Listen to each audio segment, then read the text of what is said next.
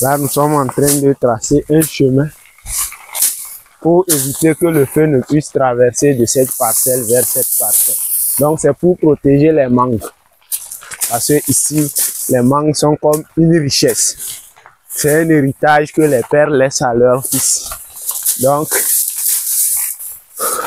chaque année, il faudra venir arranger les contours pour éviter que le feu ne brûle. Si vous constatez sur les mangues, il y a des parties brûlées. C'est pour la saison passée, ça. Malgré qu'ils avaient arrangé les contours, un jour, quelqu'un, par méchanceté ou par mégarde, est venu mettre le feu. Donc, ça a brûlé. Cette année, on ne va pas dérober à la règle. On va encore arranger, tracer le chemin pour éviter que le feu ne traverse, tout en espérant que personne ne viendra encore mettre le feu à la parcelle qui a été protégée. Vous allez voir, nous devons arranger ici de telle manière, après l'avoir taillé avec les coups, il faudrait utiliser les roues pour arranger bien, que ça soit comme ici, pour éviter que le feu n'ait aucune chance de traverser. Donc c'est un peu comme ça.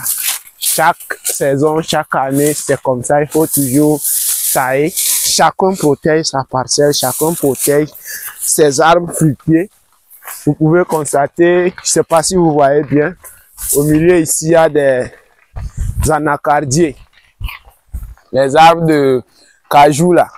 Donc toute la parcelle doit être protégée pour éviter que le feu ne puisse consumer cela. Vous voyez derrière moi, il y a la montagne qui est en train de brûler.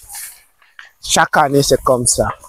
On met le feu à la montagne chaque année, soit le 30, soit le 31 décembre. Donc, c'est une date vraiment que la montagne elle-même, elle connaît. Mais après, il faudra en parler de l'importance de ce feu de brousse chaque année. On fera peut-être une autre vidéo pour parler de ce sujet parce que ça aussi, c'est une autre problématique dans des problématiques.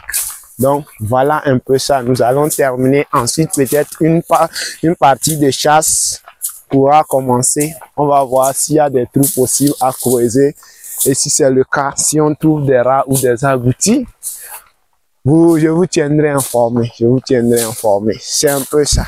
Ils m'ont amené au champ ce matin. On a quitté la maison tant qu'il ne faisait même pas encore jour. Je venais, j'avais tellement froid. Faut dire que le village, c'est ça, c'est pas facile.